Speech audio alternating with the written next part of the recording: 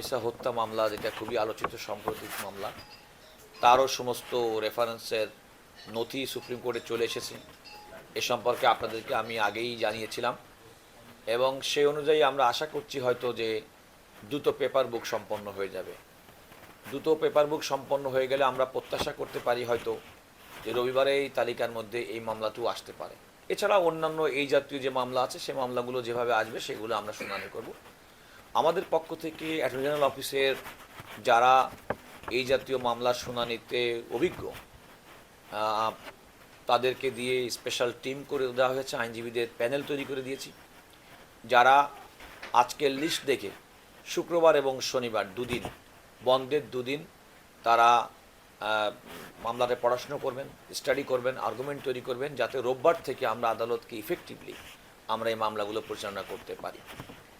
এখানে বলা ভালো যে আমি নিজেই এই মামলাগুলোই আর্গুমেন্ট করব এবং আমি প্রত্যাশা করি যে রাষ্ট্রের এবং আইনের শাসন, বাংলাদেশের বিচার বিভাগের স্বাধীনতা এবং বাংলাদেশের বিচার বিভাগের প্রতি মানুষের যে প্রত্যাশা, অ্যাটর্নি জেনারেল হিসেবে অ্যাটর্নি সার্ভিসের কাছে যে মানুষের প্রত্যাশা যে রাষ্ট্রকে প্রপারলি যথাযথভাবে প্রতিনিধিত্ব করবেন, সেটা আমরা করতে সক্ষম হব বলে আমরা মনে করি।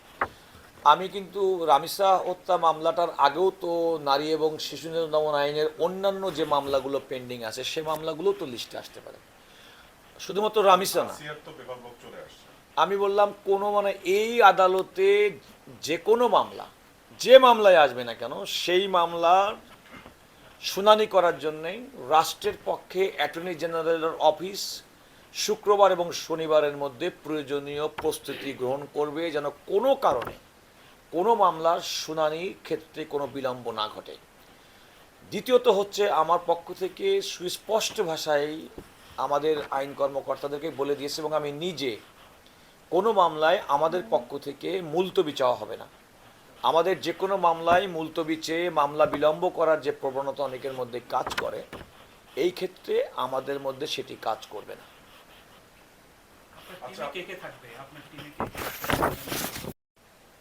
তারাই থাকবেন। আমার এই মুহূর্তে যারা আমার আশেপাশে আছেন তারা প্রত্যেকেই থাকবেন বলে আমি আশা করছি। যেমন ওসমান চৌধুরী, উনি থাকবেন, ব্যারিস্টার ওসমান চৌধুরী। আমার ডান পাশে আছেন ব্যারিস্টার মেহেদি হাসান, তিনি থাকবেন। আমার আরও ডান পাশে আছেন deputy attorney general mister Jamil Haque Faisal, তিনি থাকবেন। আমাদের দেওয়ান হুমায়ুন কবির রিপন, সহকারী অ্যাটর্নি জেনারেল, তিনি থাকবেন। এবং আমি আরও কয়েকজন কর্মকর্তাকে আমি নির্দিষ্ট করেছি যে আমি মামলা যেগুলো লিস্ট দেখার পরে তাদেরকে অ্যাসাইন, আর আমি নিজেই থাকবো। সুতরাং এখানে সবাই আমার নেতৃত্বেই এবং আমার প্রত্যেকটা মামলায় আমার উপস্থিত থাকবে। অ্যাজ অ্যাটর্নি জেনারেল এই সমস্ত প্রত্যেকটা মামলার শুনানির ক্ষেত্রে অ্যাটর্নি জেনারেলের উপস্থিতি থাকবে না, আমি তা মনে করি না। দেখুন, আসলে তো একটা বিচার একটা আইনি প্রক্রিয়ার মধ্যে চলে এবং সেক্ষেত্রে রাষ্ট্রের যেমন কোনো ব্যক্তির বিচার করার যেমন অধিকার আছে, একইভাবে রাষ্ট্রের দায়িত্ব যিনি অভিযুক্ত ব্যক্তি তিনিও যেন আইনের সমান সুযোগ লাভ করেন। তো আমরা যদি একটা অতি সাম্প্রতিক রামিসা মামলায় যদি দেখি, তাহলে কোনো মামলায় যদি কোনো অভিযুক্ত ব্যক্তি যদি তিনি আইনজীবী দিতে না পারেন কিংবা না দেন, রাষ্ট্রের পক্ষে দায়িত্ব হচ্ছে সেক্ষেত্রে তার স্টেট ডিফেন্স দেওয়া। তো সেটা তো রাষ্ট্র করেছে। একটা মামলা, আরেকটা কথা বলে রাখি, যারা এই কথাটি বলে থাকেন, হ্যাঁ অনেক ক্ষেত্রে যেটা হতে পারে না তা না, কিন্তু আমাদের সংবিধানও কিন্তু দ্রুত এবং বিচার প্রাপ্তির একটা সাংবিধানিক অধিকার প্রত্যেকের রয়েছে। যিনি হত্যাকাণ্ডের শিকার হয়েছেন তার পরিবার দেখতে চান যারা হত্যাকারী তারা আইনের মুখোমুখি হয়েছেন, এবং যিনি অভিযুক্ত ইনোসেন্ট ব্যক্তি, নিরপরাধ ব্যক্তি, তিনি যেন কোনো কারণে আইনের দ্বারা আইনি বিচারের মাধ্যমে যেন কোনো অন্যায় শিকার সেটাও সুনিশ্চিত করা রাষ্ট্রের দায়িত্ব। সুতরাং দেখতে হবে যে এই মামলাটি তড়িঘড়ি বলতে কী বোঝান আপনি, আর বিলম্ব বলতে কী বোঝায়। এর তো কোনো নির্দিষ্ট সময়সীমা নাই, বরং সংবিধানের ম্যান্ডেটটা হচ্ছে যত দ্রুত সম্ভব মানুষের বিচার প্রাপ্তি এবং প্রকাশ্য আদালতে বিচার প্রাপ্তি। এটা সাংবিধানিক অধিকার।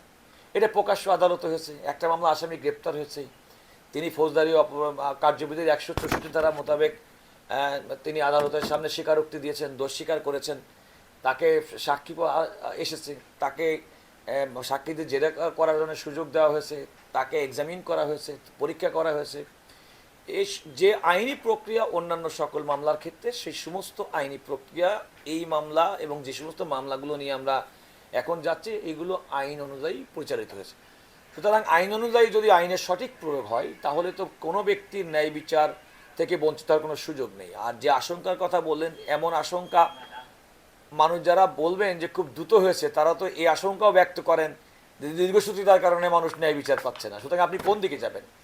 বরং আমি মনে করি রাষ্ট্রের দায়িত্ব দ্রুততম সময়ে কোনো অপরাধ এবং অপরাধীর বিচারের মুখোমুখি করে ন্যায় বিচার প্রতিষ্ঠার মাধ্যমে প্রকৃত দোষী দায়ী ব্যক্তিদেরকে শাস্তি দেওয়া এবং নিরপরাধ ব্যক্তিদেরকে মুক্ত করা।